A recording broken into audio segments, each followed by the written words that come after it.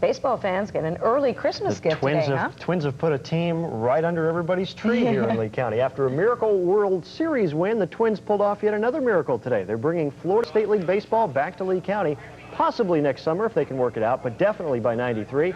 The independent Miami Miracle will affiliate with the Twins and play in the sports complex, giving the county its first Class A team since the Royals left. You'll not only see some of the Twins' future stars, but some other stars who happen to be part owners.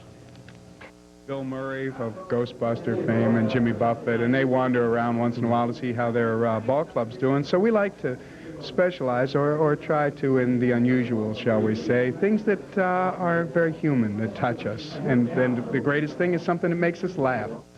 But the ball club isn't going to be a joke. Yes, Mike Veck is the grandson of Hall of Famer Bill Veck, who is known for having a good time at the ballpark.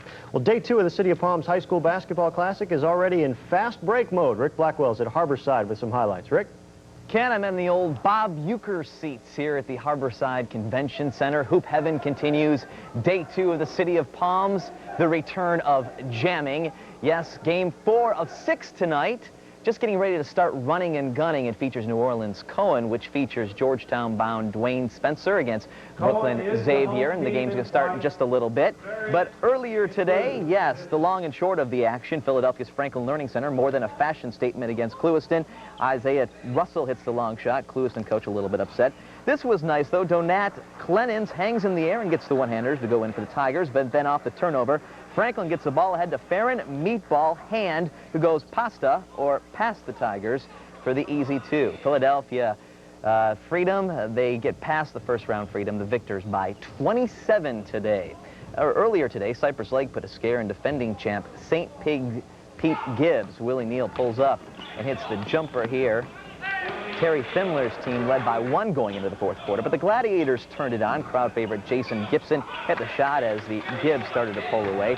Johnny Church broke loose for a power jam here, but it was a little too late for Cypress. Gibbs won it 54-45. The Panthers are out of the tournament. The 2:15 game, a thriller. Peabody Magnet gets a last-second bucket to win in overtime. The win by Magnet, an upset considering that Carson came into this tournament, the 6th seed. Also remarkable that Magnet traveled over 900 miles to get here. Now, this team is something must have attracted Peabody Magnet to want to travel 16 hours by bus. This basketball team from Alexandria, Louisiana gives traveling a new meaning. While the Oak Hills and Carson cities took the planes, Peabody trains in their automobile as an old school bus. First class. Meet bus driver. Let's go. Bend your knees. Defense. Bend your knees. / head coach Charles Smith. Walk, hitchhike, or whatever. I wanted to get my kids here. In order for my kids to get the top experience, we need to go to the #1 tournaments in the country, and I felt like this was an outstanding tournament. From the bayou to the bay took the Warhorses 16 hours. The kids kept busy playing cards and dominoes and... We did a lot of sleeping. The trip, it was long and hard.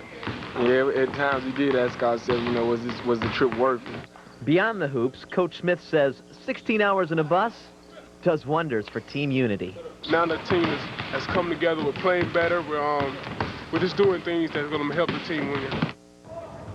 A real nice group of kids who want to show Southwest Florida basketball fans what Bayou basketball is all about. Now, on the schedule tonight, a couple of games, and we'll tell you right now that Fort Myers reached the semifinals of this tournament last year, plays Rice High from New York City at 7:45. Then at 9:30, the top seed and #1 ranked team in Florida, Miami Senior, takes on Port St. Lucie.